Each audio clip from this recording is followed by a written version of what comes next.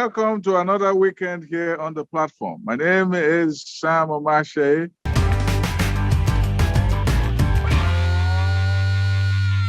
On Big Talk today, my special guest is none other than the poet, playwright, essayist, social conscience, and a Nigerian of letters, Professor Femi Osofisan. You're welcome to the show, sir. Thank you very much, Sam. You just turned 75, which is no mean feat. How does it feel? It doesn't really feel different from turning 65. Well, I'm just glad that I'm able to reach this age. We are all glad. Now, you have been through so much in the past 7 decades, and how would you sum up all the activities of your life? Is it the political part? Is it the social conscience part? Is it the playwright? Is it the poet? Is it the essays? I think all of them. All of them. There's no. Because there are some people. There's some people who say, "Well, don't pigeonhole me." I remember Chinua Achebe had a problem with writer. He said people call him a novelist. He said, "Don't call me a novelist. I write novels. I write plays. I've written poems and essays, but people just call me novelist," and he's uncomfortable with that. Yes. But if they want to call you one thing, what would that be? Writer, artist. Writer. Just a writer. Okay. Yeah, because in Africa, I think that in Africa or in Nigeria anyway, these distinctions don't really matter.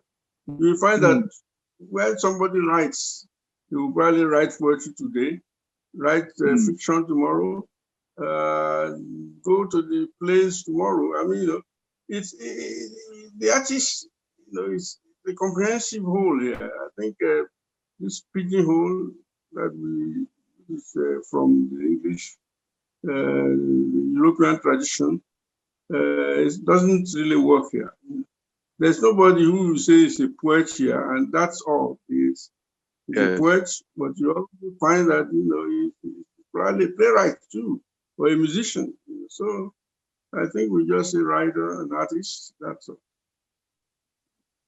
I remember having an interview with you in the late 1980s. A short interview with you when you won the prize for your collection of poems. And I asked you, I said, "So are you a poet?" I said, No. You said, no, I'm not a poet. Can you remember that? What would you say today? Because you denied it. You said, no, I'm not a poet. Well, I don't know what I meant.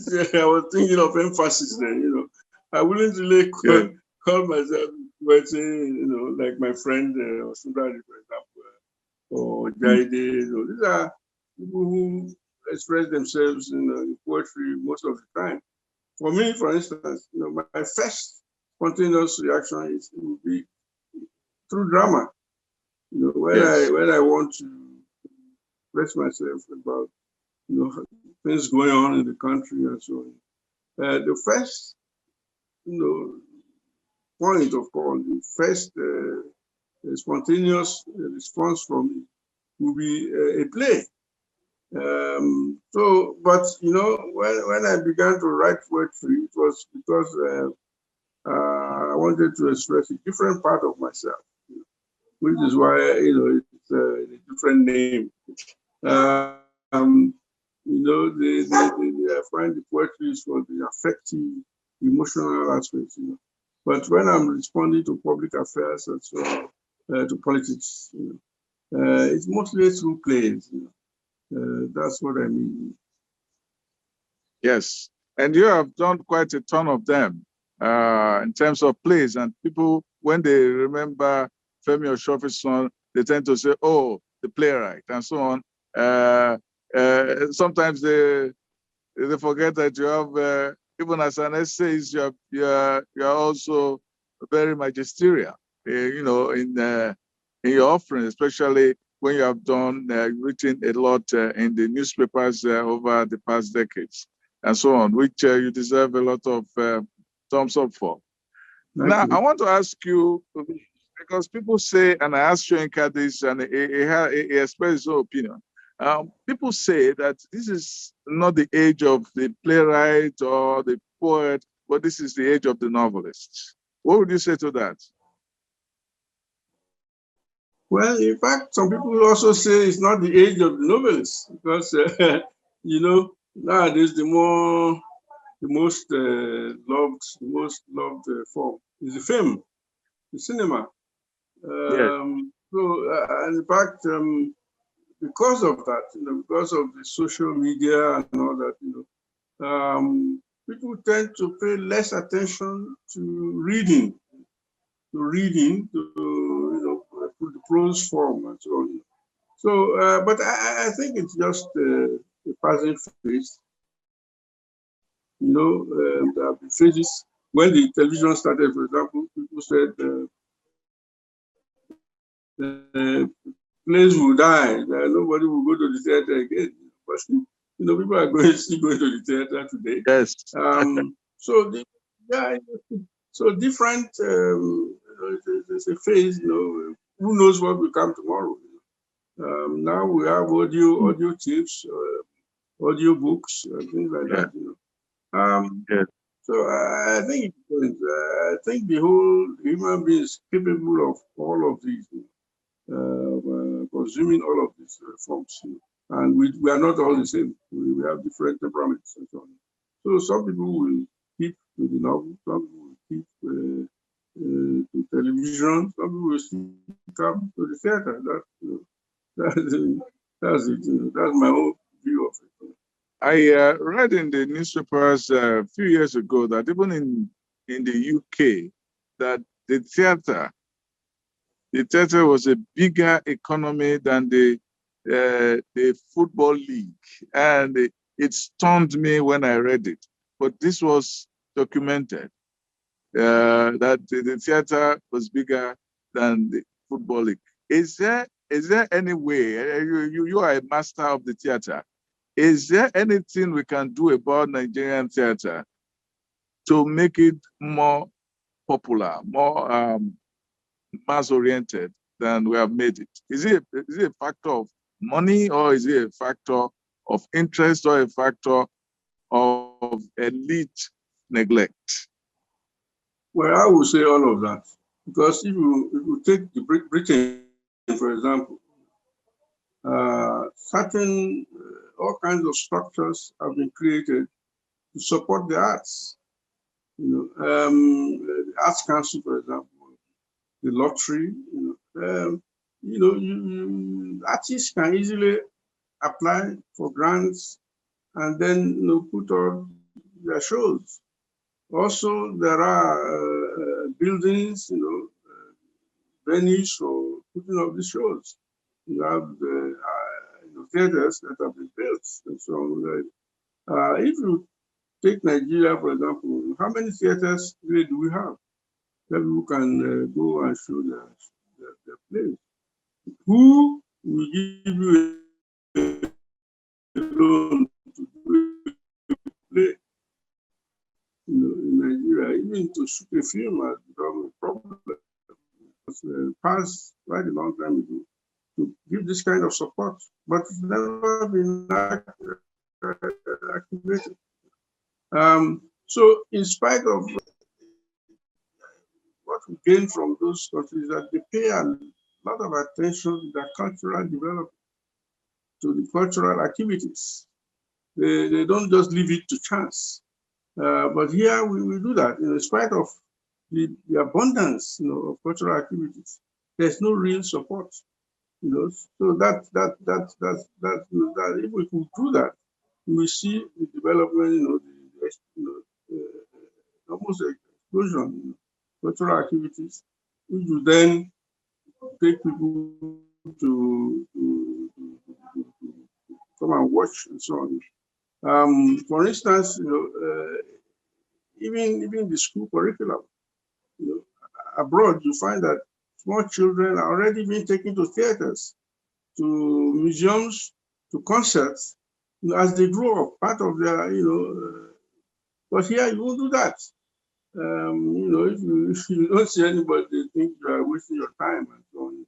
What we do is go to discos and Amala joints and so on and enjoy ourselves. That's all. So that's part of the problem we have. In your theater, your own world of theater, what I've noticed from the first of your offerings that I watched when I was in school and up to now, is that you have placed a lot of premium on the theater of theater. In other words, what I mean is that you have placed a lot of premium on performance, but whether it's a dance, whether it's song, optics. Let me use the word optics. Have played a very important part of it. Is it a reflection of populism? Why do you do that? Well, you see, we have to go back to our traditional roots. Because it was an oral tradition.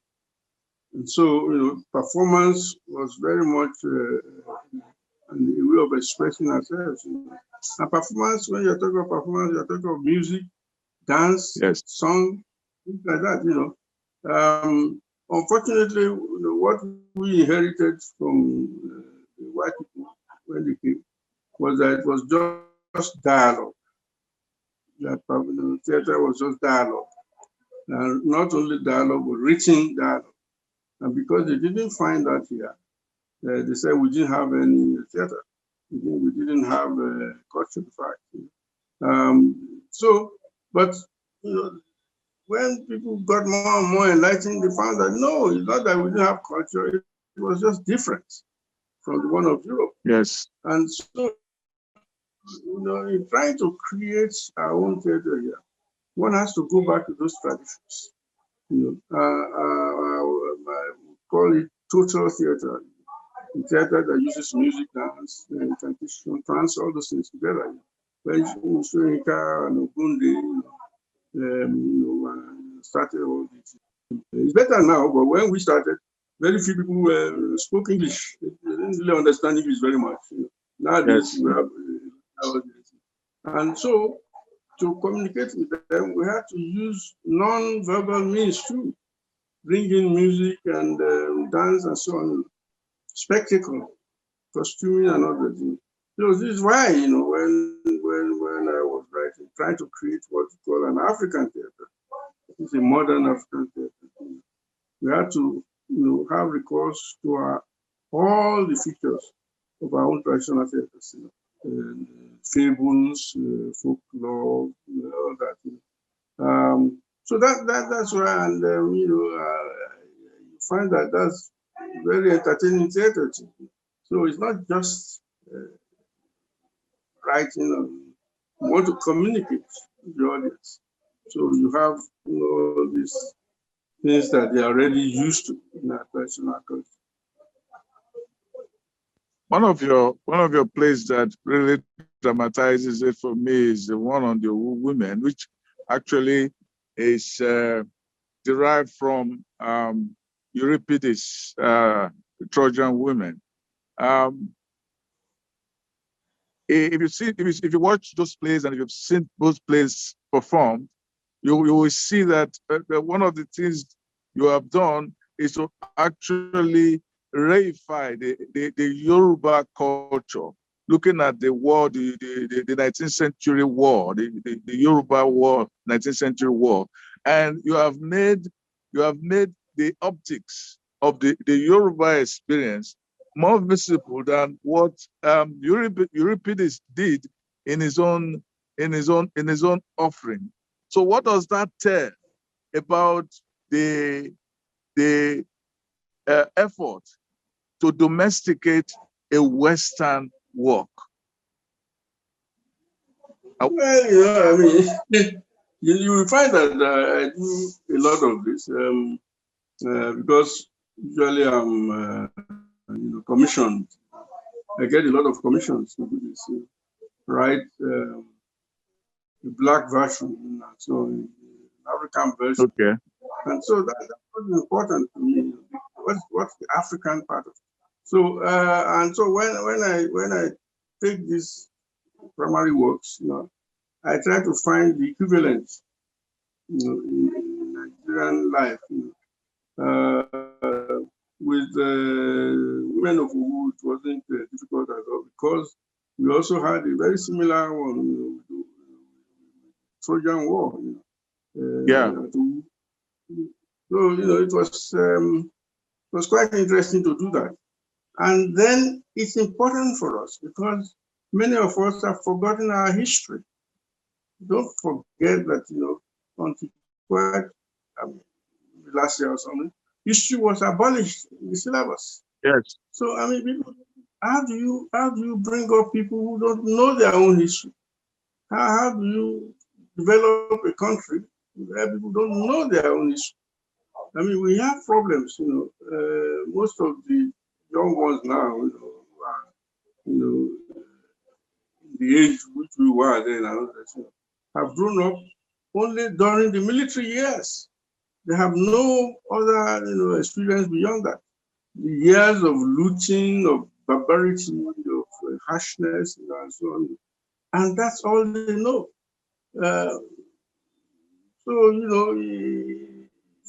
When I write, I'm conscious of that, of trying to, bring history, aspects of our history back. But also, I have a task there, because don't forget that history is also the document, provided by the victors, by the ruling class. And I'm trying to find a history. How will it be for the victims, the ones who are not part of the victors, the ones who are not part of the, Bertolt Brecht has a wonderful poem about it. A worker reads history, because he says, okay, so soldiers fight. Alexander conquered Rome and others, but were there no cooks in his queue? Yeah, who were those ones? We always talk of the conquerors, but what about the lower people? Those ones who have to carry on. Yeah. So the book of history. So that even as I'm trying to recall history, I'm also very critical about it, about the versions we receive. So it's a double thing. I'm trying to bring back that history, but I'm also trying to bring it back from a critical perspective. Let us look at it. We look at Moremi, who was very brave and saved the country. But today, what will be a Moremi? How will it be? How will she be? So this when I wrote Morountodun, that was some people said, oh, the man is trying to destroy Yoruba goddess, the myth. But I wasn't trying to destroy that. My own is to reinterpret that. Moremi went, and stole the secrets from the people who are disturbing Ife and were able to use that to drive them back, And this just parallel, almost parallel. We had the Agbekoya here, and it was the woman, the officer they sent there also to Tafa. Exactly. But when the inquiry was then made into the reasons why the Agbekoya came, the government inquiry, if you read it, you'll be surprised. The results came back heavily against the government. Yes. That they had been cheating the president, and so on. So I was thinking that suppose it was a real Moremi today, I went to the camp of the farmers and others and saw all this suffering and treatment. On whose side would she be? So this is why I overturned that history. And also, of course, try to bring the role of women to, because many of the accounts we don't even talk about the women at all. It's as if they didn't do anything. And in fact, sometimes women are the more heroic characters in these stories. So we have to look at the history, but we also have to look at the perspectives of the people. See, at least as a teacher, and I'm also concerned about my students. I think that these students, particularly the female students, where are their role models? If they want to, they're reading about negative things all the time, how will they develop? What would they be there? So, all these things come together, in my interpretation of this. So, I take the Commission, the European story, as a starting point, as a stepping stone to tell our own stories, not just what we were in the past, but what we wish to become in the future. In also working on transcultural themes, you've also done even works within our own Nigerian culture when you did The Other Raft or Another Raft. That's a kind of retelling of J.P. Clark's own play and so on. Why did you have to do that? It's not that I have to do it, but I wanted to do it. You see, the thing is, I hardly actually do any rewriting unless I'm interested in that first version. That first version, it has to be really powerful and imaginative and So, and when I want to, I think, okay, I want to do this play. Then I begin to think about it, but no, I wouldn't want to do it the way it was done. I want to reinterpret it according to our own times. Yeah. When Clark wrote the rap, there were only 3 regions in Nigeria.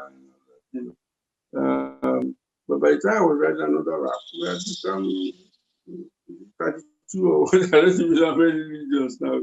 We keep multiplying all the day. And the people are no longer as naive as they were in those days. So the point now, so how do we reinterpret our own history so that we can learn from it? It's not just repeating history, repeating this, reinterpreting it for our own times and for the sake of our own development. My poem on Leah Sharibu will now be read to you.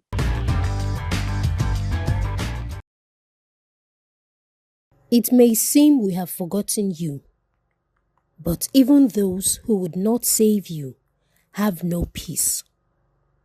Each day, terror comes not to their doorstep, but their eyes and ears when the news strikes of a nubile kidnap in their village. Their hearts skip like rats. If they know no quiet, then don't quit on yourself, even if help is on the wane. Thank you for being on this show. You can read my column at www.samomatseye.com.